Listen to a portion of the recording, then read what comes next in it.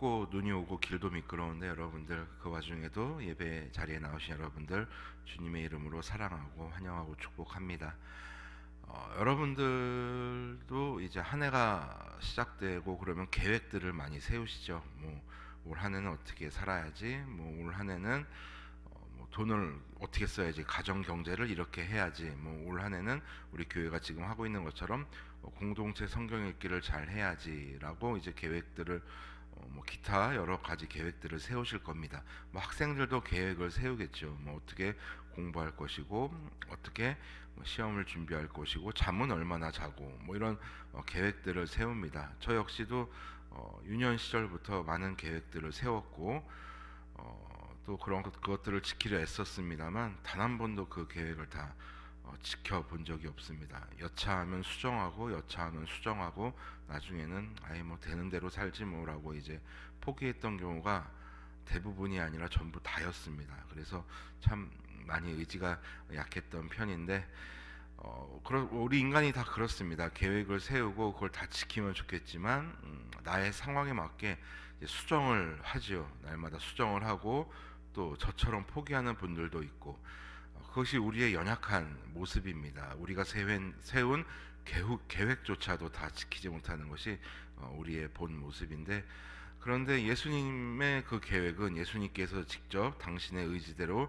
세우신 그 계획은 무슨 수를 쓰셔서라도 다 지키신다는 것을 우리는 알 수 있습니다. 특별히 오늘 본문에서 우리가 또 예수님의 계획을 알 수 있는 것이, 예수님은 굳이 사마리아를 지나가셔야 하겠고, 굳이 사마리아 여인을 만나셔야 하겠고, 굳이 그 사마리아 여인에게 생명의 물, 즉 생수라고 표현되어 있죠. 생수를 이제 주시기로 예수님은 작정하셨습니다. 그래서 예수님께서는 이제 갈릴리로 가실 때 이제 사마리아를 돌아서 가는 길이 있지만 굳이 그 사마리아를 이제 관통해서 지나가십니다. 4절 한번 보십시오. 사마리아를 통과하여야 하겠는지라. 여러분들도 아시겠지만 유대인과 사마리아인들은 그 고양이와 강아지처럼 철천지 원수지간이었습니다. 이제 그 근원을 따져 들어가면 이제 구약 시대까지 돌아가야 되는데, 쉽게 말해서 사마리아인들은 이제 이방 족속들과 이제 혼합된 민족이었고, 또 그들 나름대로 성전을 지어서 이제 하나님을 올바르게 예배하지 않았던 그 과거를 가지고 있던 민족이었습니다. 반면에 유대인은 여러분 어떤 민족이었습니까? 하나님께서 우리를 선택하셨다라는 선민 사상에 사로잡힌 민족이었습니다. 그래서 우리는 하나님의 민족, 저 사마리아인들은 지옥의 땔감, 이렇게 여기면서 그 두 민족 간에는 서로 땅에 가지도 않고 서로 부닥치지도 않았을 뿐더러 말도 섞지 않은 그러한 관계였다고 합니다. 그런데 유대인인 예수님께서 굳이 사마리아를 지나가신다고 하셨습니다.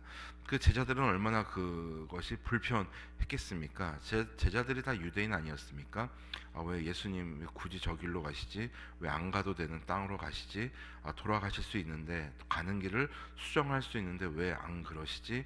라는 불만들이 많았을 겁니다. 그럼에도 불구하고 예수님께서는 당신의 의지대로 세우신 그 계획을 밀고 나가십니다. 그 이유는 그곳에 이제 그 가련한 여인을 만나시기 위함이었습니다. 그래서 여러분 9절 한번 보십시오. 이제 예수님과 그 사마리아 여인이 만났습니다. 사마리아 여자가 이르되 당신은 유대인으로서 어찌하여 사마리아 여자인 나에게 물을 달라 하나이까 하니, 이는 유대인이 사마리아인과 상종하지 아니함이로라. 그 여인은 알고 있었습니다. 예수님, 당신은 왜 이 사마리아인인 나와 이야기를 섞으십니까? 왜 내게 말을 거십니까? 왜 내게 물을 달라 하십니까? 이 여인은 분명히 알고 있었죠. 사마리아인의 어떤 그런 민족의 낮은 자존감과, 그리고 인간 대접받지 못한다는 것을 이제 스스로 알고 있었습니다. 그리고 굉장히 위축된 여인이었겠지요. 여러분들도 이 여인의 정보에 대해서 알고 계시지 않습니까? 결혼에 5번 실패했던 여인이었습니다. 그래서 아마 우리가 성경에 나와 있진 않겠지만 그렇게 가정에 실패한 여인이어서 또 이제 삶의 사회 구성원으로서 이제 적응하지 못하는 자신의 삶을 봤을 때 아마 대인 기피증과 우울증을 앓지 않았을까라고 생각이 듭니다. 굉장히 사람 만나는 게 또한 싫었겠지요.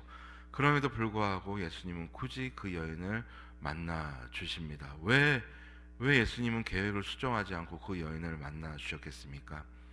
그 여인의 아픔에서 건져내 주시려고, 그리고 영원한 생명으로 인도해 주시려고 예수님은 굳이 그 여인을 찾아가셨고 만나게 되셨습니다.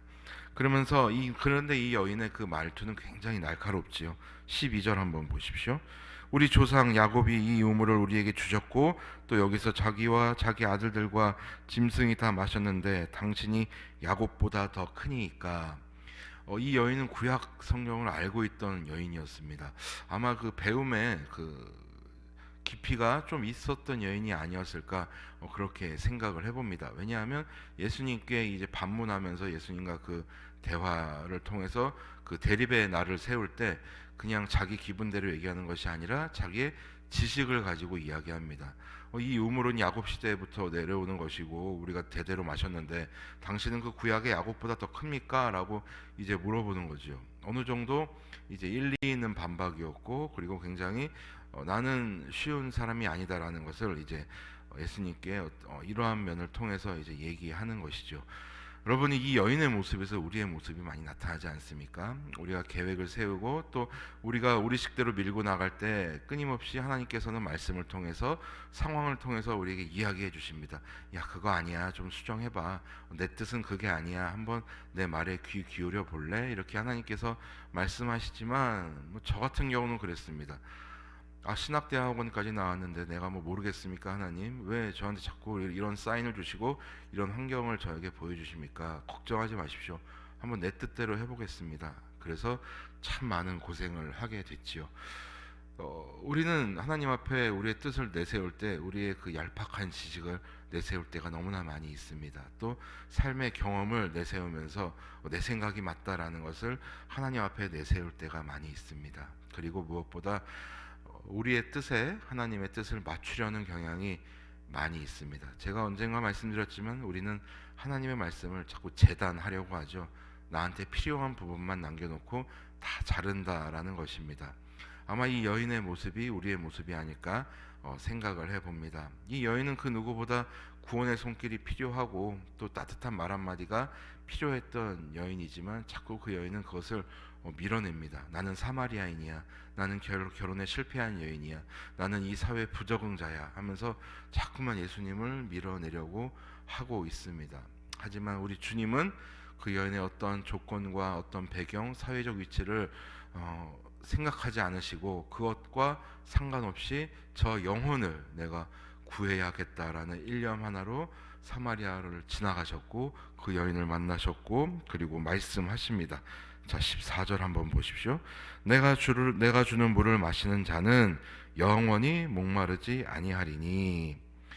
이 여인은 늘 목말랐지요. 목마른 여인이었죠. 사랑에 목말랐고 또 관심에 목말랐고 또 이런 공동체 모임에 굉장히 목말랐을 그러한 여인이었을 것입니다. 그래서 예수님께서는 그 영원한 목마름에서 구원해 주시려고 하시죠. 14절 계속해서 보시기 바랍니다. 내가 주는 물은 그 속에서 영생하도록 솟아나는 샘물이 되리라. 내가 주는 물은 끊이지 않고 계속해서 흘러나올 것이며 너를 생명의 자리로 인도할 것이다 라고 예수님은 그 여인에게 직접 선포해 주십니다. 여러분, 이 여인이 또 이쯤 돼서 생각해 보면 또 이 여인이 부럽기도 합니다. 왜냐? 예수님과 직접 말을 섞었던 여인이기 때문입니다.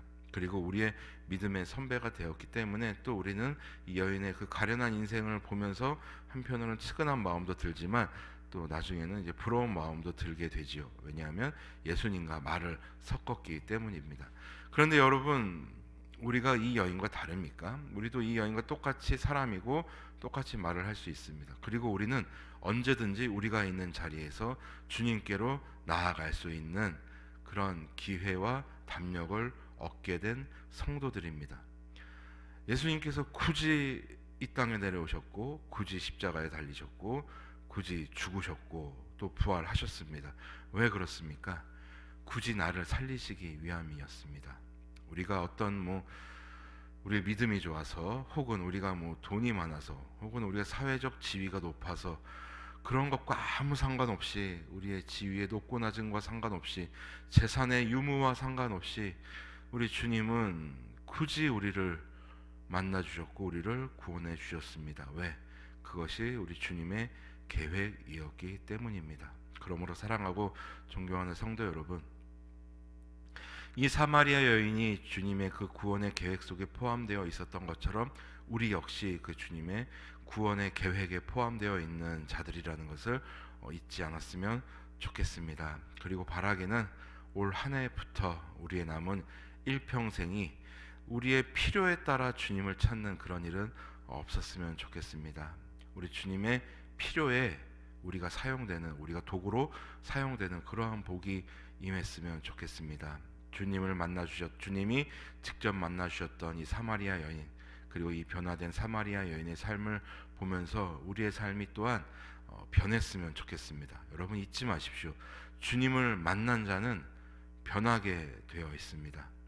예수 그리스도의 구원의 계획에 포함되어 있는 자는 삶으로 이야기한다라는 것을 여러분 꼭 기억해 주시길 바랍니다. 우리 교회가 올해부터 이제 기본으로 돌아가자라는 표를 가지고 성경부터 이제 시작하지 않았습니까? 앞으로 이제 기도 예배를 비롯해서 여러 가지 신앙의 그 기본에 대해서 다룰 텐데, 여러분 개혁은 기본으로 돌아가는 것이라는 것을 여러분 꼭 기억해 주시길 바랍니다. 그리고 우리 공동체를 더욱더 사랑하는 우리가 되기를 소망합니다. 어려워하고 아파하는 우리의 지체들을 위해서 더욱더 기도할 줄 아는 우리가 되기를 소망합니다. 무엇보다 나의 뜻에 하나님의 뜻을 밀어넣는 것이 아니라 하나님의 뜻에 나를 온전히 내어 드릴 수 있는 그런 성숙한 삶을 살아가는 그런 복된 우리 모두가 되시기를 주님의 이름으로 소원합니다.